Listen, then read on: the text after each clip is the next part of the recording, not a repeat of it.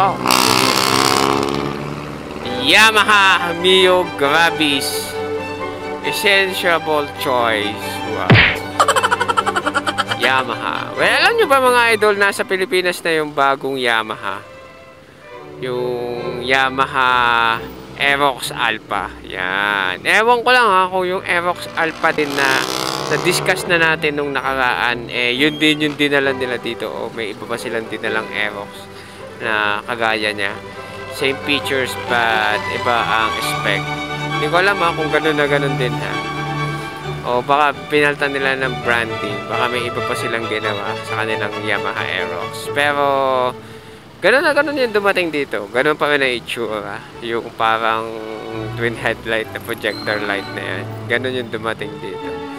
And yun nga, nilabas nga yun ni Yamaha dito sa atin. And alam nyo ba na naglabas din si Honda ng kanilang bagong motor?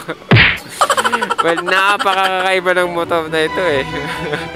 Hindi mo maintindihan kung siya ba ay motor o scooter, kung siya ba ay scooter o standard motorcycle o e-bike o kung ano man. Pero napaka-unique, napaka-hanep ng motor na ito kasi napaka-unique ng kanyang itsura at ng kanyang functionality. Well, alam niyo na kung anong motor ito. Ito ay walang iba kundi ang Honda Navi. Yan, opo. Honda Navi. Ito na nga ang pinakabagong motor ni Honda, ang Honda Navi. Kaya welcome sa ating daldalan portion. Ang daming sinabi pero walang nakitang motor.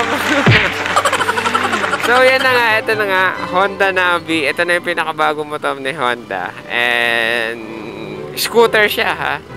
Scooter na napakamura. At napaka-basic scooter kung tutuusin. Ayan. Bakit ko nasabi? Well, sa kanyang makina pa lang. Basic na basic.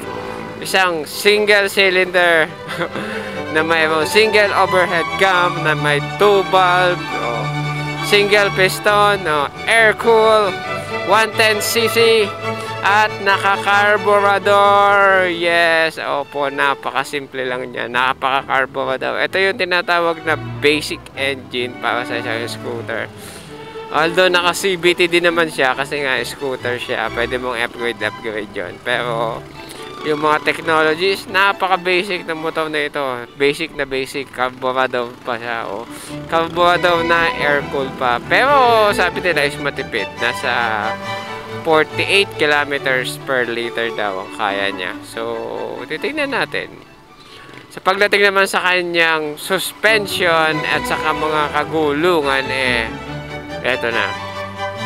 Kung gaano ka-weird yung itsura ng motor na to, talaga naman mas mawiwirduhan pa kayo ngayon. Kasi, naka-inverted fork to. Diba? Saan ka pa? Nag-i-inverted fork lang. Ito yung mga adventure types na motor. Yan. Yun lang ang nagano. Kagaya ni na CBR, yung mga pang high-end. Although hindi naman siya high-end yung kanya suspension. Inverted fork pa rin, diba? Iba pa rin ang dating nun. Inverted fork. Telescopic yan ha. Yung diretsong mahaba ha. Triple crown. Hindi yung kalahati lang.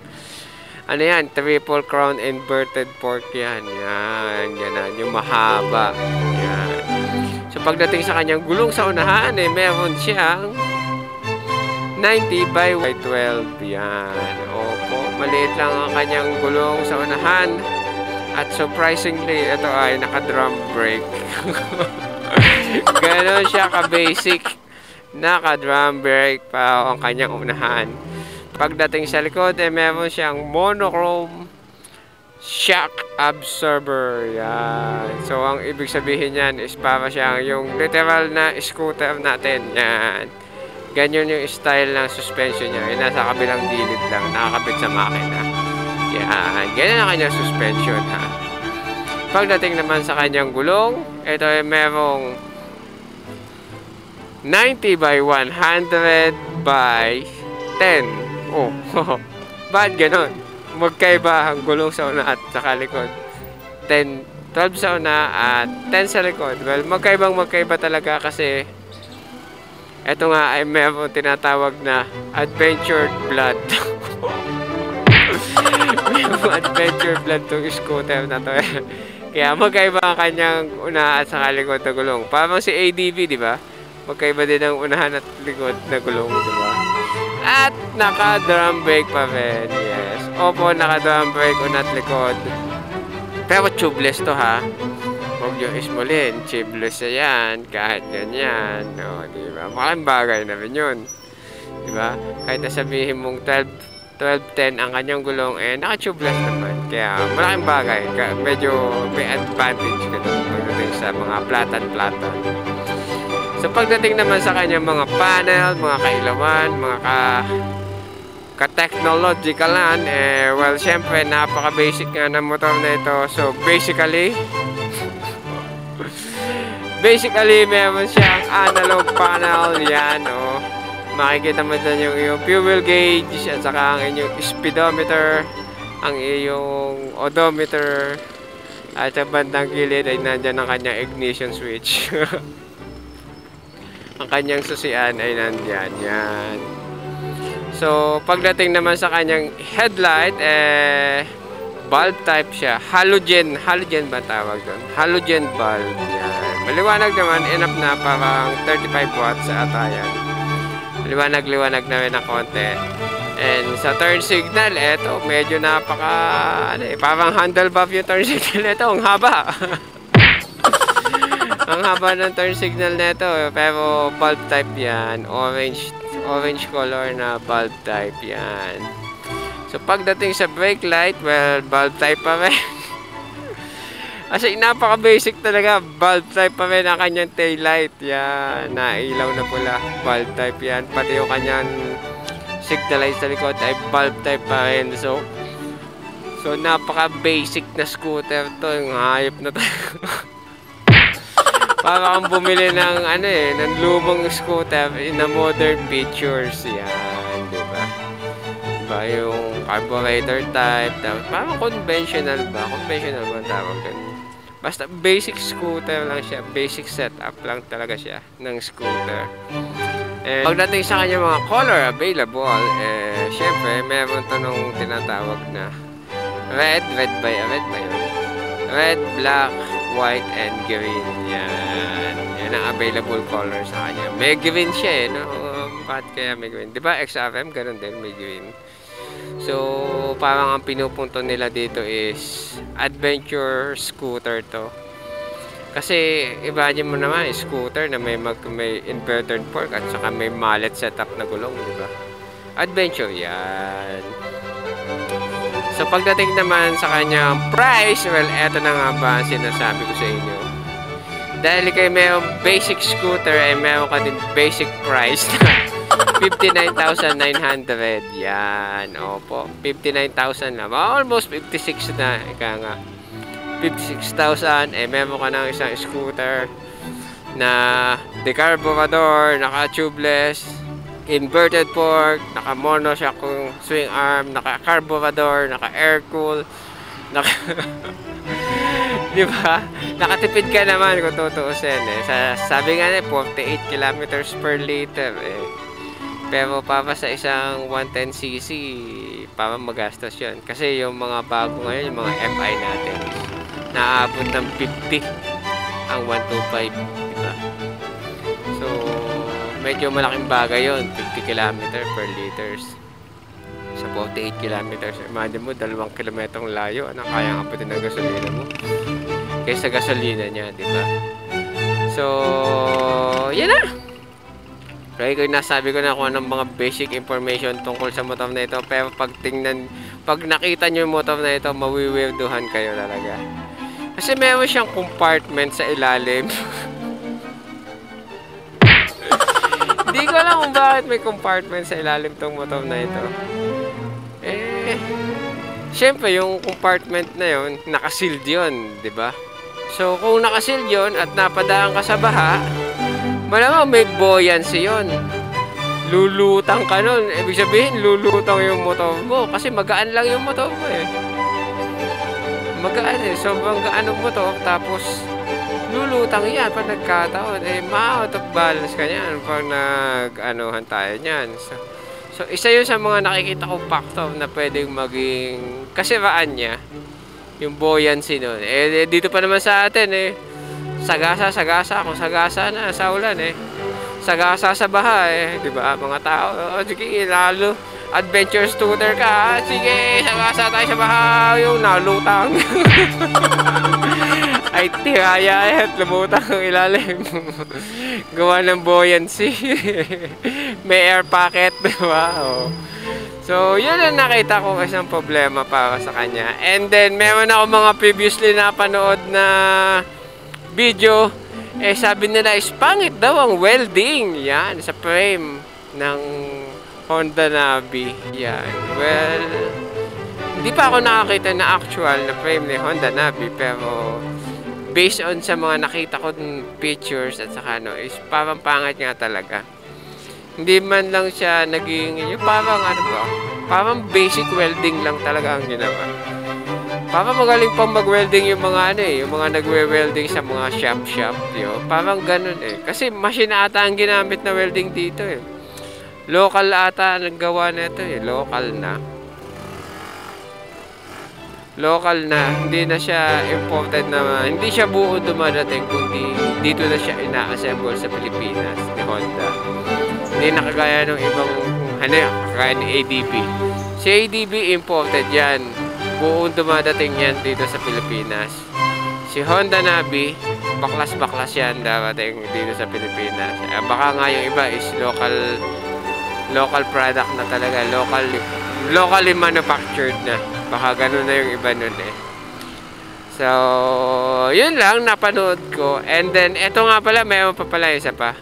Yung lock niya sa manubela, naka-naked handlebar to Pero yung lock niya sa manubela is wala dito sa susian na to. Alam niyo ba kung nasaan? Narito sa ilalim. Mama siya yung mga sinaunang tricycle na ang lock ay dito sa ilalim, di ba? So, kakaiba talaga. Pero nandun yung lock nun. So, ano natin yan? Bakit nandyan ang lock na manubela mo? Di ba? Ang hirap niyan. Ang hirap, as in pa nga ang hirap nga daw ikabit ng lock Mahirap ipasok. Mahirap ilock yung manubela So, yun lang naman. At saka yun nga pala, mga welding na yan. At saka yung compartment yan. Saka yung sobrang habang taillight. Sobrang habang signal light sa unahan. Yan, napakahaba. Akala mo, sungay talaga Alam mo, meron ka nung yung spoiler ba tawag doon? Yung downforce spoiler. Yung ganun. Para ka may ganun sa sobrang haba Pero mas maganda yun kung tutusin kasi malayo siya sa headlight. Kung ikaw ay naka-high beam, ang headlight mo is visible pa din yung turn signal mo kay liliko, diba? Mas kita pa din. So, may safety features pa rin kung tutusin. Malamang mayroon namin ito nung side stand kill switch. Yan. Hindi naman nawawala sa kanila yun ganung klase. Side stand kill switch yan, diba? Napakaganda nun kung tutuusin, special features niya. And then napakadami pala nitong susian nga pala. Meron susi sa ignition, yan. Meron susi sa lock na manubela dito sa may ilalim. Meron susi itong compartment. Hindi ko alam kung gaano kalaki yung compartment na yun Meron siyang susi dito sa ibabaw para sa tangke. Kasi narito ang tangke niya nasa ibabaw. Ang capacity is 3.7 liters. Yan ang tangke niya. Diba? Meron siya susian dyan. Ilan na yun? 1, 2, 3, 4 na. Tapos meron pa rin siyang susian sa upuan. Yan. Nabubuksan din kasi itong upuan na to. 5 susian. Diba? So ilan na susi kaya makukuha mo? 2 lang, diba? Pudpud na pudpud yung motor mo. Pudpud na pudpud yung susi mo sa dami na sususian. Hindi ka magkaintindihan. Diba? Gusto mo nakabukas yung compartment mo, yung gas tank mo, pero gusto mo nakabukas din yung upuan mo. At the same time, gusto mo buhay yung makina mo. Hindi mo magagawa yun! Kasi kailangan mo ng susi, di ba? Oh. Hindi mo magagawa yun sa motor na ito. Kaya, one at a time lang talaga itong motor na ito. One susi at a time lang. Hanip si Honda talaga, oh. So, ano ba? Yung upuan, yan. Dahil nga ito yung compact bike, compact scooter, napakaliit ng upuan nito. Yung, gusto mo ka maiksi lang, ba? Maiksi. So, malamang para kayong lovers ng iyong angkas na siya ay yapos na yapos sa'yo, dikit na dikit. Alam niyo na kung ibig sabihin niya, bangga kayo sa isa't isa. Ayan, close na close ba? Ayan, kasi nga napakaliit ng upuan nito. Maliit yung length ng upuan niya. Ayan. So, ano pa ba? Mga, ano ko, sa itsura niya, futuristic naman talaga siya. At saka, ano to ha, yung preno nito, dahil ito yung scooter, yung preno nito is parehas na sa kamay. Ayan. Right hand brake para sa unahan at left hand brake para sa likod. Yan. At hindi lang yan, meron tong tinatawag na combi brake system. Yan. Ano ba yung combi? Well, alam nyo na, pag ikaw ay nagpreno sa likod, is meron distribution din para sa preno sa unahan. So, nagbibigay ng stopping force din ng unahan habang nagpe-preno rin siya sa likod. Yan. So, ano pa ba ang masasabi ko tungkol dito sa motor na ito? Well, wala na akong masasabi pa. Nasabi ko na ang presyo, kulay, spec, yan, kagandahan at saka mga kapangitan yung motor na ito. And sa tingin ko yan na. Wala na talaga akong may dadagdag pa. Basta masasabi ko lang, kung gusto mo ng compact na scooter, yung affordable, yung tipong mumurahin lang talaga, is eto na, Honda Navi. May forma siya na parang big bike, may function na parang scooter, at may looks na parang e-bike. Yan. Kaya, Honda Navi. Nabibilog ang ulo natin. Well, hindi ko lang kung ano talaga. Pero sa ibang bansa ha, ang preno ay ng likod ay nasa paa. Yan, nasa paa ang preno sa likod. At ito pa nga pala, meron pala itong kickstarter. Yun. Isa sa pinakamahalagang features ng motor ay ang kickstarter. Kasi, lalo na ngayon sa mga modern days, pag nalobat ang, naglalagay tayo ng mga, lalo na ngayon sa mga modern days, naglalagay tayo ng mga mini driving light, mga kung ano-ano accessories, maganda ang may kickstarter para kahit humina ang battery mo, papapanda mo pa din ang motor mo. Yan. So, ano pa ba? Well, wala na akong maisip. Aftermarket parts, siguro kukunti pa lang, pero pagtagal niya, madami-dami na rin yan. So, yan na. Sa palagay ko, nasabi ko na lahat ng aking mga nalaman tungkol sa Honda Navi na ito. Well, kung ako tatanungin, Honda Navi o Beat? Well, baka piliin ko ang Beat kasi ang Beat ay sporty ang dating and scooter na scooter ang tindig niya. Yan. Saka FI ang Beat. FI na ngayon and maganda siya. Actually, itong Navi, ito, pinaltan nito yung yung Dio. Yung bagong Dio ha, pinaltan niya yung bagong Dio. Yung malaki ang katawan, big body, big body shape, pero ang liit ng gulong, di ba? Yun yung kanyang pinalitan. Yan. Kaya ang ganda ng suspension na parang an X-ring arm type. So, ano pang may dadagdag ko? Sa tingin ko yung nasabi ko naman lahat ng information at saka mga kubo-kubo na aking naalaman tungkol sa motor na ito. Yan. So, ayan na. Sa tingin ko yung nasabi ko naman lahat ng mga kailangan kong sabihin and the decision is yours. Kung gusto mo ng scooter na bumurahin, na pwedeng dumaan kung saan-saan, capable. Tapos para ka lang nakasakay sa e-bike kasi sa sobrang mababa to mababa ang seat height. Na gusto mong dikit na dikit sa yung angkas, yan.